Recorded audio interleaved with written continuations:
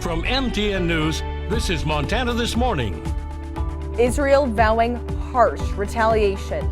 We have the latest as the world watches Israel's efforts to fight off Hamas.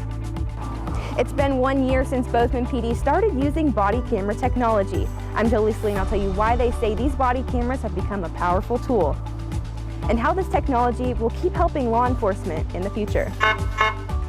We're here in the New Haven facility in Boseman. I'm Jane McDonald, and in the next half hour, we're going to be taking a look at the staggering increases the shelter has seen in people seeking their help. Chronic wasting disease, or CWD, is here in Montana. I'm Chet Lehman. Coming up this week, we'll talk with Fish, Wildlife and Parks about how you can gather a sample to have your harvest tested to protect you and to help out FWP. Alrighty, it is 6:30 on this Monday morning. Jay McDonald and Matt Elwell with you. Matt, how's your Monday going so far? So far, man, after that weekend, Monday can't be all bad. It was a beautiful weekend. Fantastic. Lovely. A lot of time spent outdoors this weekend. I'm sure I'm not alone. No. Looks like beautiful conditions this morning, a light jacket in order for the morning. A lot of 30s out there as we have clear skies in place. That's not going to change much as we go throughout the day. It looks like full sunshine through the early afternoon today. Daytime high should be into the mid to upper 70s. We may see a few areas hitting the 80s before it's said and done. I'm going to talk more about the big changes heading our direction this week in just a few minutes. All right, thank you very much, Matt. Now, right off the top, a U.S. official says at least 4 Americans are among the hundreds killed after Hamas launched an attack on Israel. One of the targets, an Israeli techno music festival. The country says it's at war and is vowing harsh retaliation. CBS News correspondent Naomi Ruckham has the latest details from New York. The night sky over Gaza glowed orange as Israel launched more airstrikes overnight. Palestinians ran for cover after an earlier attack. Bulldozers cleared some of the rubble in Gaza. Israeli soldiers converged on the south, where Hamas says it took dozens of hostages. Frustrated family members of the missing are gathering at a center in Tel Aviv. We don't know what's going on. No one's talking to us. We can't get in contact with anyone. The U.S. is sending a carrier strike group to the region in support of Israel, which includes the Navy aircraft carrier USS Gerald R. Ford. The only things we've said to Israel are that we're here, we've got your back. We want to make sure that you have the support that you need. Some GOP presidential candidates are criticizing the Biden administration's response. There's a lack of leadership at 1600 Pennsylvania Avenue. Israeli Prime Minister Benjamin Netanyahu spoke to President Biden and the leaders of Germany, Ukraine, Italy, and Britain, who offered their support. Now is not a time for equivocation, and I'm unequivocal. Hamas and the people who support Hamas are fully responsible for this appalling act of terror. The permanent observer of Palestine to the United Nations called for an end to Israeli occupation. It is time for an immediate end to the violence and the bloodshed. Israel is already mourning its victims, including an Israeli policeman. Naomi Ruckham, CBS News. And the death toll on both sides has topped 1,000. Israel says more than 700 have died, mostly civilians, and more than 2,100 were hurt. Now back in some Treasure State headlines, the Bozeman Police Department started dabbling with some new technology last year that's enhancing just about everything they do. MTN's Jolie Celine tells us about how the department is continuing to work with body camera technology. It's been 1 year since Boseman PD started using body camera technology. And although it's still relatively new for them, they say it's become a powerful tool. I think some of the events of the last few years certainly caused us to implement them faster. All these body cameras are charging up at the Public Safety Center, and they may be small, but Chief of Police Jim Veltkamp says they serve a big purpose. Juries and judges want to see better evidence. Like this footage you see here. We want to be able to determine exactly what's occurring in any interaction. For transparency, it's just best to have cameras available, documenting as well as we can any interaction that occurs. In less than 9 months, Boseman PD took almost 140,000 individual videos. Innovative, but expensive technology. I believe the individual body camera itself is around $1,000. And they have 85 of them. On October 3rd, Veltkamp gave a special presentation at the City Commission meeting explaining what these cameras do, where the technology is headed, and why they're an important investment. The goal with technology in general is to ensure that we don't go so overboard with technology that it costs us way too much money and it isn't good use of taxpayers' money, and it just becomes too complicated.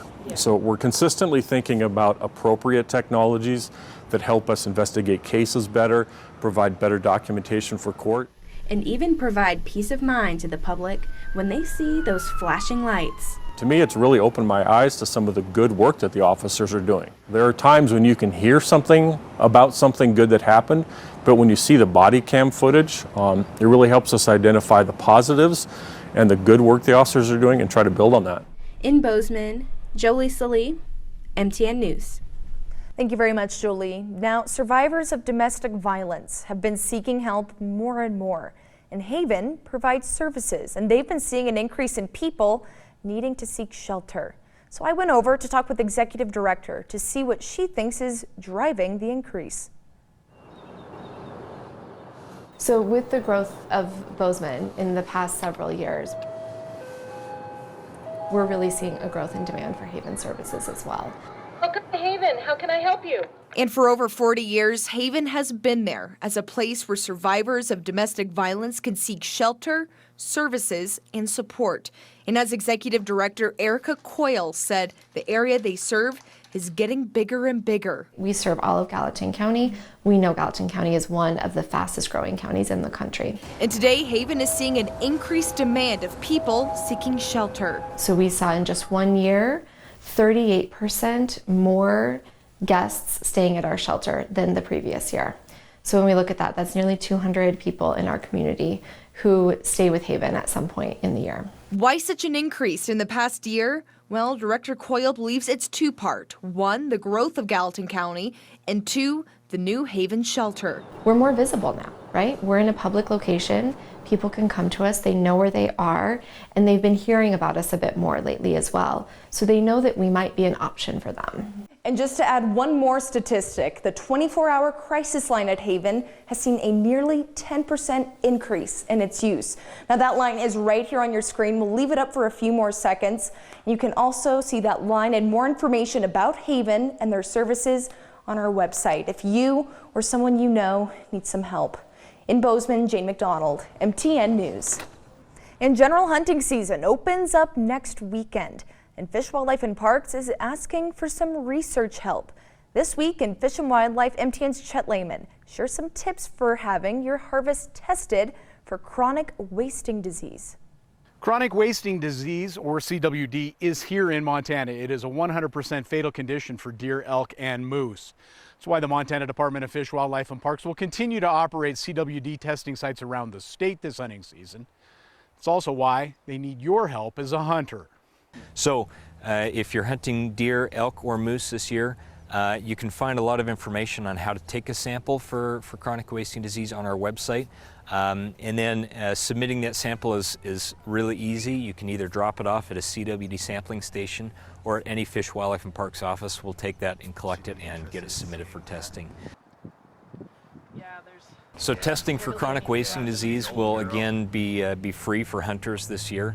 And so it's a really easy way to find out whether the animal you harvested was carrying chronic wasting disease. Jacobson notes that there is no known spread of CWD to humans. He stresses, though, it's still a good idea to be aware if your harvest has it.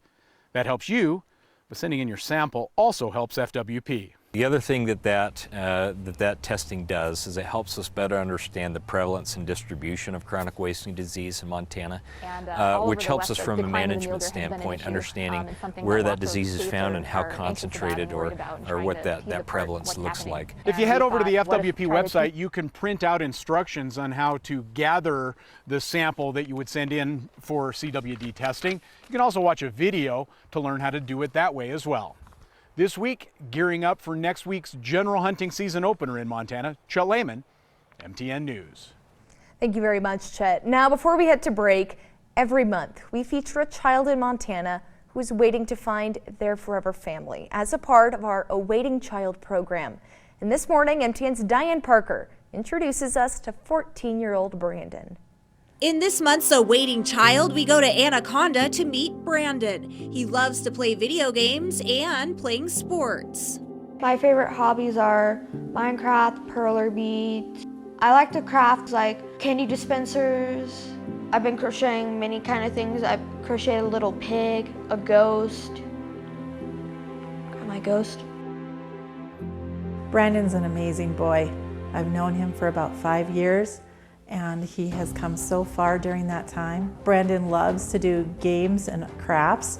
The last time I visited Brandon at his group home, he actually had drawn me a picture, and so I have that in my office. More than anything, Brandon loves to connect with others and is looking forward to finding his forever home. I want a certain forever family that would take care of me and focus on me more, and people who likes Minecraft like me. He's just really excited to have an opportunity to have a family, and he's just such an amazing kid. In Anaconda, Diane Parker, MTN News.